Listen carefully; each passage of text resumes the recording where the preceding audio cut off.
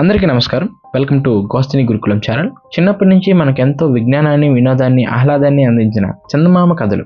ఈ చందమామ కథలు యొక్క పుస్తకాలు 2012లోనే పబ్లిష్ చేయడం ఆపేశారనమాట. కానీ జేపీ పబ్లికేషన్స్ వారు చందమామతో పనిచేసిన పూర్వ రచయితలతో కూర్చొని ఇలాంటి కంపైలేషన్స్ని రెడీ చేశారు. ఇది 8th కంపైలేషన్ అనమాట.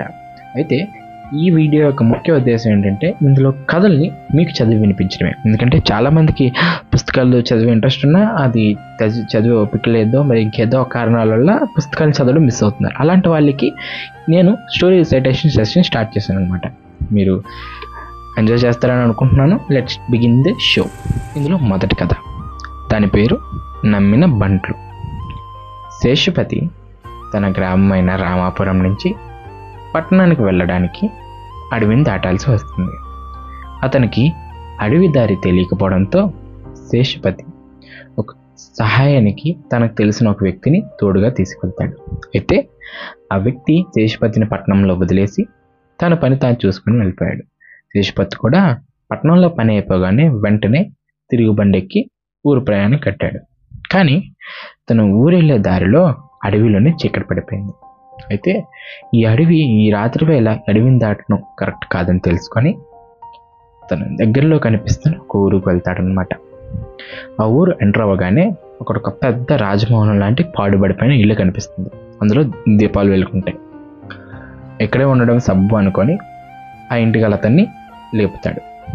ఆయన బయటకు వచ్చి, ఎవరు బాబు నువ్వు అని అడిగితే శేషుపతి, నేను పలానా శేషుపతిని అని చెప్పేలోపే శేషుపతి మొహాన్ని చూసి సేపు ఆలోచించి, బాబు నువ్వు మా రాంబాబు వాళ్ళ కొడుకు కదూ అంటారు. శేషుపతి ఆశ్చర్యంగా, అవునండి, మా నాన్నగారి పేరు మీకెలా తెలుసు అంటే, ఆ ముసలాయన, మీ నాన్నగారు నాకు బాగా తెలుసు బాబు, నేను ఇక్కడ ఉండడానికి మాకు ఆర్థిక సాయం చేసింది ఆయనే అని చెప్పి ఆప్యాయంగా శేషుపతిని లోపలికి తీసుకొచ్చి అతిథి మర్యాదలు అందిస్తారనమాట. శేషుపతికి పడుకోవడానికి ఒక గది చూపించి ఆ ఇంటి వాళ్ళ కుటుంబం కూడా నిద్రపోతుంటుంది. సరిగ్గా మధ్యరాత్రి 12 గంటలు దాటేసరికి ఇంటి నిండా చాలా సందడిగా ఉంటుంది. చాలా ఎక్కువ మంది పని వాళ్ళు తమ పని తా చేసుకెళ్ళిపోతున్నారు. కొంతమంది బూర్లు వండేస్తున్నారు, కొంతమంది బట్టలు దులిపేస్తున్నారు, కొంతమంది సామాన్లు సర్దేస్తున్నారు, కొంతమంది ఇల్లు ఊడ్చేస్తున్నారు, కొంతమంది కల్లాపి జల్లేస్తున్నారు. అంతా హడావిడిగా ఉంటుంది.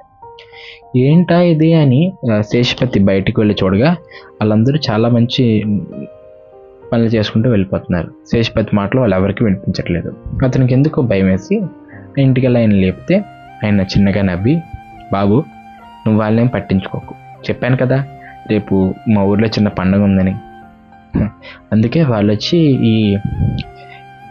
ఇవన్నీ చేసేసి వెళ్ళిపోతారు. ఇప్పుడు మేము ఉంటున్న ఇల్లు మాది కాదు, ఎవరో జమీందారుదంట. ఆ జమీందారు గారు 50 సంవత్సరాల క్రితమే చనిపోయారు. వాళ్ళతో పాటు వీళ్ళు కూడా వాళ్ళ అక్కడికి వెళ్ళిపోయారు. వీళ్ళు కూడా కొంతకాలం కింద కాలం చేశారంట. కానీ ఆ జమీందారు దగ్గర నమ్మకంగా పనిచేయడం వల్ల ప్రతి పండక్కి ఆ జమీందారు గారు ఇల్లు సర్దించినట్టే వీరు ఆత్మలు కూడా వచ్చి సర్దిస్తాయి. ఆత్మలు అనగానే శేషుపతికి భయం వేసింది. ఆత్మలు అంటే వీరందరూ దెయ్యాలంటారా